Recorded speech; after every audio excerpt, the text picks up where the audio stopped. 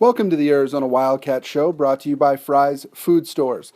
UA coach Sean Miller met with the media on Tuesday to discuss where the Wildcats will turn now that star freshman guard Allonzo Trier is out with a broken bone in his hand.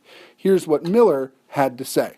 Does Allonzo's injury change anything as far as like the goals and the Pac-12, et cetera? I mean, on the outside it looks like a pretty tough hit at the middle of the season.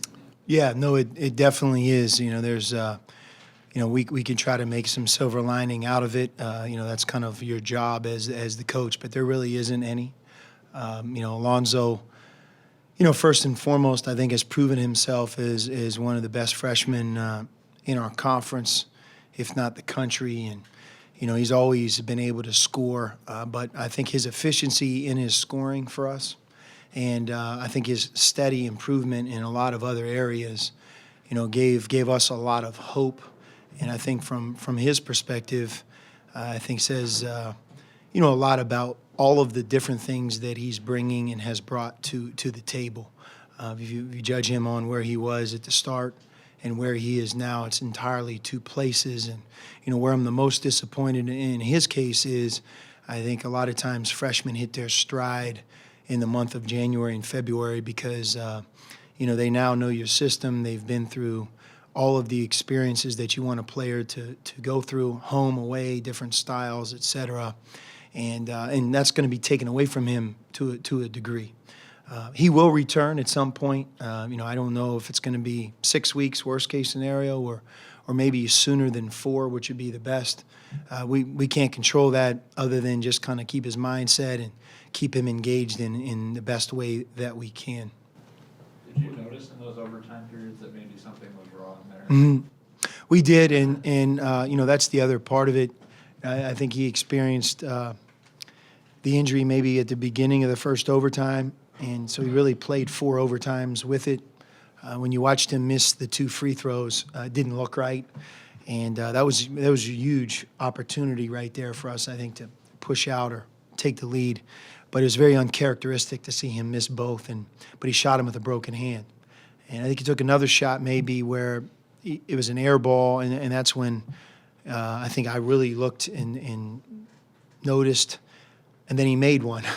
So, to his credit, he hung in there and did the best he could. In the heat of the battle, you don't know the significance of his injury. He wanted to play, and it wasn't as if we had a lot of choices at that point.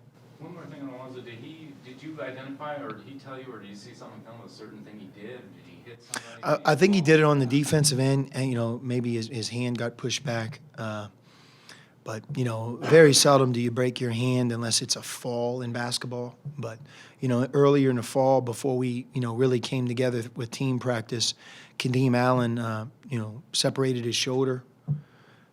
I haven't seen too many separated shoulders in basketball. But it's just one of those periods of time, and I guess the alarming thing for us is that we have a long way to go. Do you maybe go with a bigger lineup now, or do you kind of mess around with it to see who fills in the minutes now? I think Mark Tollefson's going to be called on to do more. Justin Simon's going to be called on to do more. I would say those two really jump out at me. Parker Jackson Cartwright, who plays every game, potentially could be able to do more. And then sometimes what you don't think about, instead of Gabe and Kadeem, where we're able to rest them and, sit them, they may have to go from start to finish, which foul trouble is something we have to really guard against. Our front line is pretty much what it is because, those guys, the thing they have to do is be very productive, and we have to get strength. Jacob Hazard is someone I've talked to about, being ready to go. If we get in foul trouble, I would say he would be the next guy that we would call on. Along those lines, could you move, we'll go with PJ at the 1 and York at the 2 and Allen at the 3, knowing that he has that history of scoring and have the ability to score and be more offensive, and still not lose anything defensively? Yes. Now, that would make us very small, but that's something that we're going to have to do whether we want to do it or not and use that to our advantage. But I think you'll see that group in there more.